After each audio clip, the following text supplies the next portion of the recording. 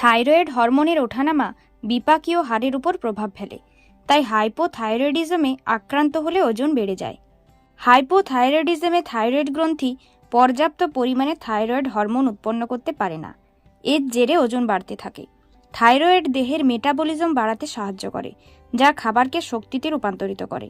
পর্যাপ্ত পরিমাণ thyroid hormone উৎপন্ন না হলে ওজন বাড়বেই। হাইপোথাইরয়েডিজমে ওজনকে নিয়ন্ত্রণে রাখতে হলে রোজ সকালে থাইরয়েডের ওষুধ খেতে হবে।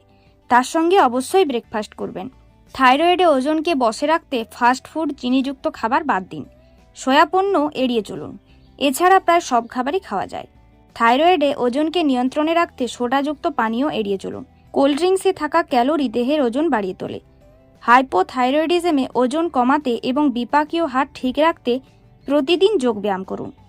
শরীরচর্চা করলে শরীরও ফিট থাকবে। দিনে 7 থেকে 8 ঘন্টা ঘুম জরুরি।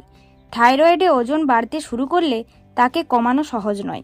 পর্যাপ্ত পরিমাণ ঘুম একাধিক রোগের ঝুঁকি কমাতে পারে। তাই থাইরয়েডে ওজন নিয়ন্ত্রণে রাখতে হলে এই নিয়মগুলি অবশ্যই মেনে চলুন।